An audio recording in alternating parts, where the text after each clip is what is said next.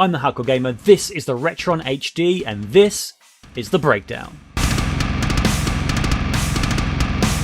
Welcome to The Breakdown, previously called Hardcore Quickies, the show where I take a quick, no-frills look at a single game, or, as in today, piece of hardware, and generally, critique the hell out of it for the amusement of strangers on the internet.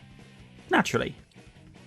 The Nintendo Entertainment System is nearly 40 years old now, and as such is a bit creaky in places and doesn't always work when it's supposed to.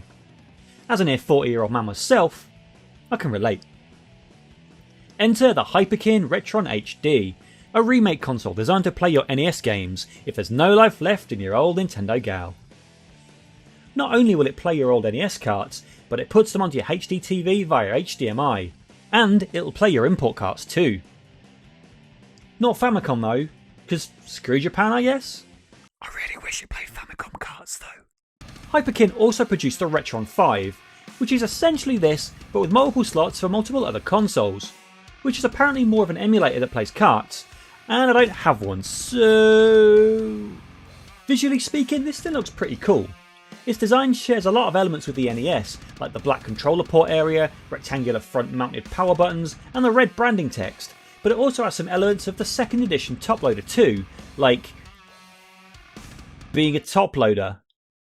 I like the corner cutout with the light up logo, that's a cool touch. You might have already noticed, this console uses the same controller ports as the original console. Meaning yes, you can use your original gross pads from the 80s. Maybe give them a bit of a wipe down first. There is a controller included, kind of a modern remaster of the classic pad, with some solid design references to the original, with quality of life adjustments like the corner cutouts and the rounded rear hand grips, so it's more ergonomic and decidedly less hand stabby.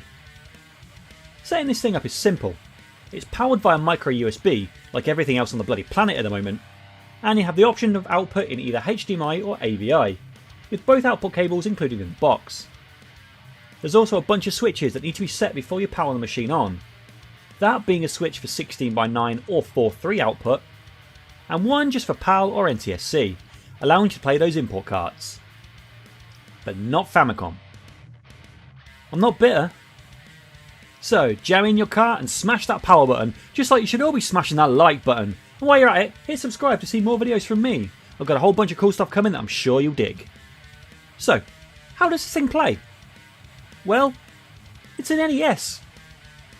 Unlike other similar retro remake consoles, rather than this being a glorified Raspberry Pi that rips ROMs, this is a modern reinterpretation of the actual hardware, so no emulation here, just pure old school power. Although that does mean no fancy features like rewinding save states or screen filters, if you care about such things. I don't. The games themselves though, the output ain't perfect. Firstly, the colours are a little wonky, and the audio tones are janky too. This is a byproduct of the rebuilt hardware. They obviously couldn't get the exact same chips for colour output or music, so things are definitely a little off. Okay, my actual NES here doesn't actually work anymore, so I'll be pulling comparisons from my trusty NES Classic.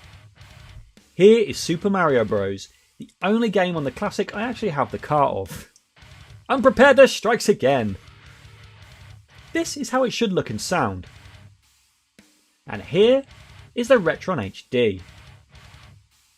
Side by side, you can really see the colour differences. The flesh tones are more greeny brown, and the whole palette just seems kind of muddy and slightly darker than it should be. As for sound, something is definitely off. Some notes have slightly different tones that change the music and sound effects pretty severely, and the whole thing just seems slightly too fast. Although that might be a compression issue due to this being the Mario Duck Hunt cross cart. Have a listen. Even slowing it down to the same speed as the original, there's still issues there.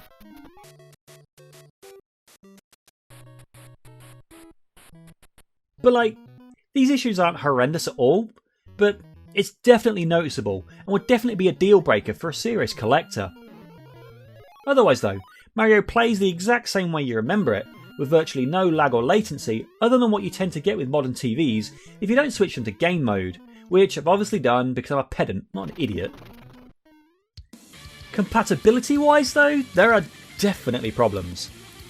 I don't own that extensive of an NES library. I only really started buying carts recently, and that's just because I picked this console up. And I've only really been buying games I had as a kid in a vain effort to relive some childhood nostalgia. Anything rarer or more exotic I can still play on official hardware via the NES Classic. So this is what I got.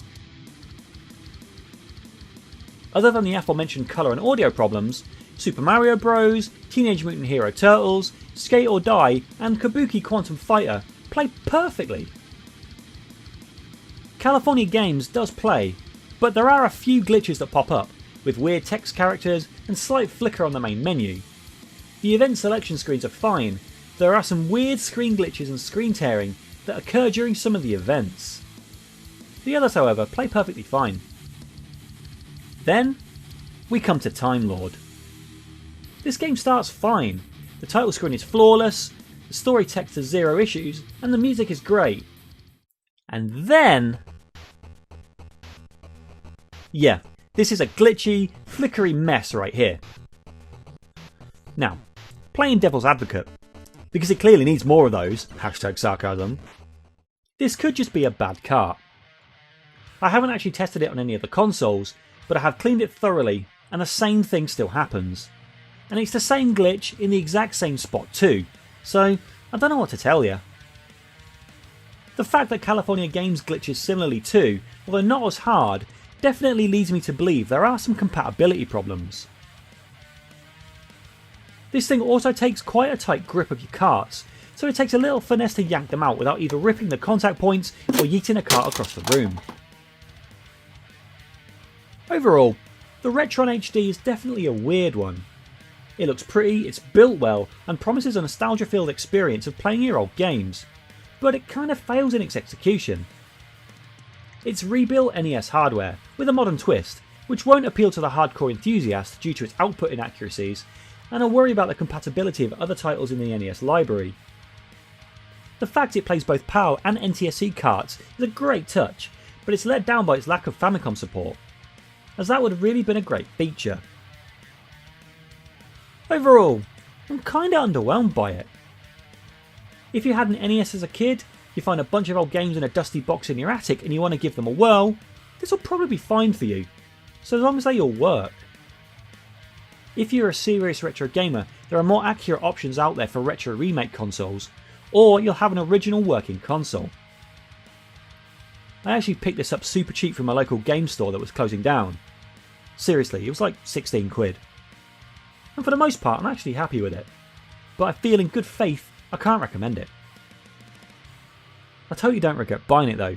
It definitely serves its purpose in my collection, but it ain't going to be for everyone.